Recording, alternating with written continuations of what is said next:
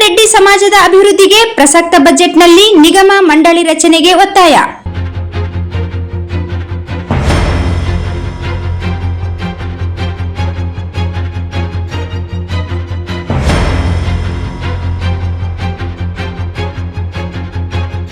ಶೈಕ್ಷಣಿಕ, ಸಾಮಾಜಿಕ, ರಾಜಕೀಯ ಮತ್ತು ಸಾಂಸ್ಕೃತಿಕವಾಗಿ ತೀರಾ ಹಿಂದುಳಿದಿರುವ ವೇಮನ್ ರೆಡ್ಡಿ ಸಮಾಜದ ಅಭಿವೃದ್ಧಿಗೆ ಪೂರಕವಾಗಿ ಬೇಕಿರುವ ವೇಮನ್ ರೆಡ್ಡಿ ಅಭಿವೃದ್ಧಿ ನಿಗಮ ಮಂಡಳಿ ರಚನೆಗೆ ರೆಡ್ಡಿ ಸಮಾಜ ಸಂಘದ ರಾಯಚೂರು ತಾಲೂಕು ಸಂಘ ಉಪಾಧ್ಯಕ್ಷರಾದ ಕೆ ಲಕ್ಷ್ಮೀಕಾಂತ್ ರೆಡ್ಡಿ ಒತ್ತಾಯಿಸಿದ್ದಾರೆ. ವೇಮನ ರೆಡ್ಡಿ ಸಮಾಜದವರು ರಾಜ್ಯದಾದ್ಯಂತ ನೆಲೆಗೊಂಡಿದ್ದಾರೆ. ಸಾತ್ವಿಕ ಸಮಾಜ ಕೃಷಿ ಮೂಲ ವೃತ್ತಿಯಾಗಿದೆ. ಸಂಘಟನೆ ಕೊರತೆಯಿಂದ ಸರ್ಕಾರದ ಸವಲತ್ತುಗಳಿಂದ ವಂಚಿತರಾಗಿದ್ದಾರೆ.